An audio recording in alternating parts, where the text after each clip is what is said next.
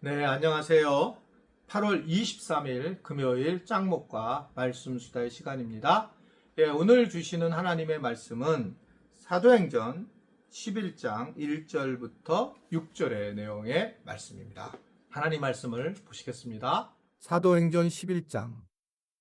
유대에 있는 사도들과 형제들이 이방인들도 하나님의 말씀을 받았다함을 들었더니 베드로가 예루살렘에 올라갔을 때에 할례자들이 비난하여 이르되 내가 무할례자의 집에 들어가 함께 먹었다 하니 베드로가 그들에게 이 일을 차례로 설명하여 이르되 내가 욥바시에서 기도할 때에 황홀한 중에 환상을 보니 큰 보자기 같은 그릇이 내 귀에 매어 하늘로부터 내리어 내 앞에까지 드리워지거늘 이것을 주목하여 보니 땅에 네 발 가진 것과 들짐승과 기는 것과 공중에 나는 것들이 보이더라. 예, 마침내 이제 고넬료 사건, 베드로와 만나는 사건이 이제 마무리가 되고 이방인들에게 이제 복음이 들어가고 성령의 충만함이 임했다. 이 엄청난 사건이 이제 드러난 거죠. 그러니까 이제 이것이 오늘 보면 1절에 보면 유대에 있는 사도들과 형제들이 바로 이방인들도 하나님의 말씀을 들었다는 소식을 들었고요. 또 그러자 이제 베드로가 예루살렘에 갔을 때에 유대인 할례자들 이 비난을 하는 장면을 오늘 우리가 말씀을 통해서 보게 됩니다. 선한 일을 하면 어떤 일이 겪어지냐면 비난이 임하게 돼요. 사실은 만약에 선한 일을 하지 않으면 그냥 아무런 문제 없이 살아갈 수가 있습니다. 교회 사역도 마찬가지예요. 우리가 교회 사역에 누군가를 좀 더 우리가 선한 일을 하게 되면 누군가를 위해서나 교회 어려운 일을 해서 항상 그러면 우리는 비난을 받을 때가 굉장히 많이 있습니다. 저는 사실은 제가 이제 뭐 잘 느끼시겠지만 나는 자뻑이 있는 사람이에요. 죄송합니다. 자뻑이라는 거 혹시 아시죠? 난 스스로 이제 뭐 자랑스럽게 생각하는 사람이에요. 제가요. 그래서 제가 뭐 자존감을 얻고 이런 사람이 아니라 자존감이 센 사람인데 목회도 저는 굉장히 자존감이 세요. 그래서 왜 그러냐면 나는 그냥 내 거짓말을 하지 않고 있는 그대로 드러낼 것이고 또 내가 그렇게 나쁘게 한 것이 없다 이렇게 생각하는 거예요. 물론 내가 잘못한 것이 있을 수도 있고 몰라서 그런 것에 대해서 내가 사과를 하겠다. 실제로 만약에 그런 일이 있으면 왜냐면 나는 완벽하지는 않다고 생각해요.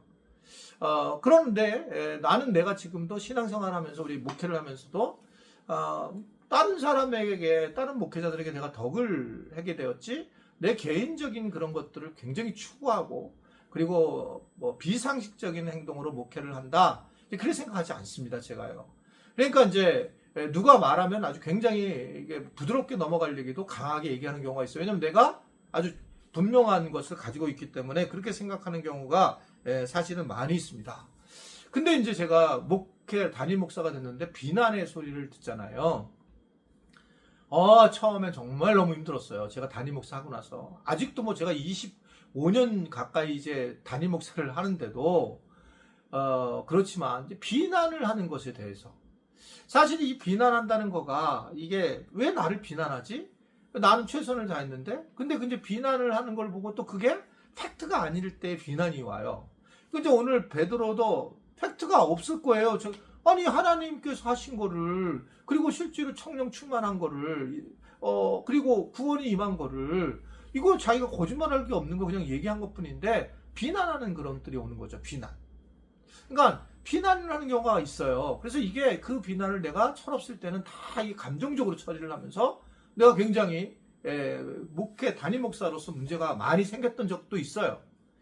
지금은 제가 노력하는 부분 하나가 뭐냐면 비난하는 것 같은 것을 느낄 때에 감정을 처리 안 하려고 하고 가능한 그분을 설득하는 그러니까 설득을 못하면 어떻게 하냐면 정보라도 주고 싶어 하는 거예요.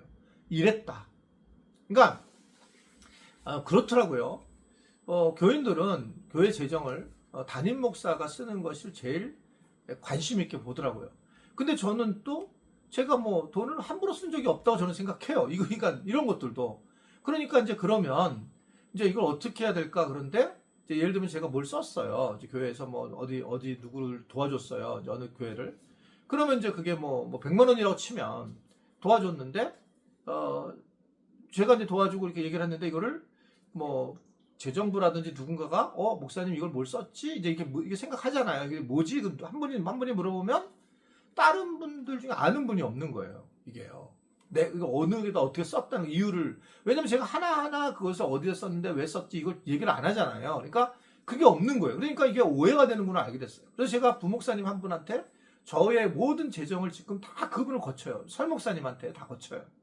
설목사님은 제가 이 돈을 어디 썼고 어디서 다 알아요. 그러니까 물어보면 설목사님이 다 대답을 하는 거예요.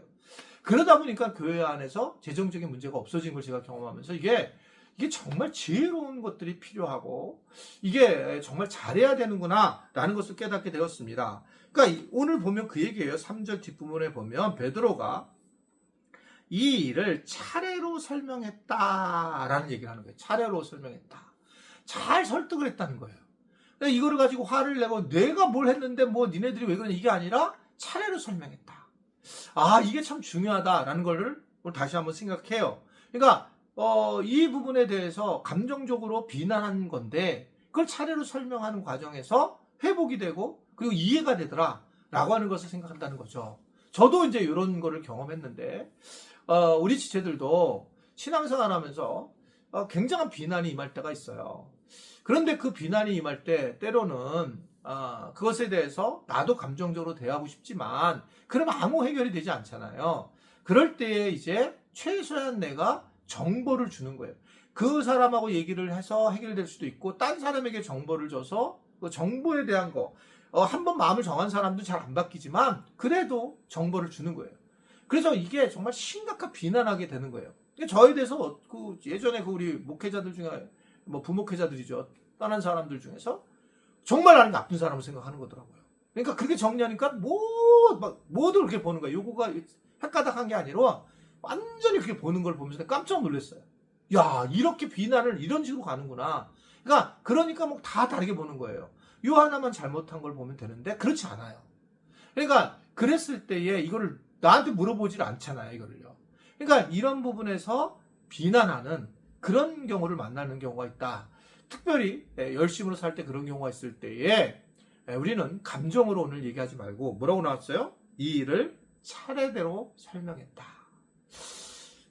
어려운 일인데 한번 그렇게 보자고요. 그래서 교회를 좀 건강하고 가정을 좀 건강하고 세상을 좀 건강하게 우리가 만들어갈 수 있는 그런 우리 지체들이 될 수 있기를 바랍니다. 더운 여름 여러분 건강하시기를 주님의 이름으로 축원해 드립니다. 기도하겠습니다. 하나님 아버지 오늘도 말씀을 통해서 어떻게 살아야 할지를 깨닫게 하시니 감사합니다. 우리가 비난받을 때가 있는데 이것을 잘 설명할 줄 아는 그러한 지혜 있는 크리스찬들이 되도록 도와 주옵소서.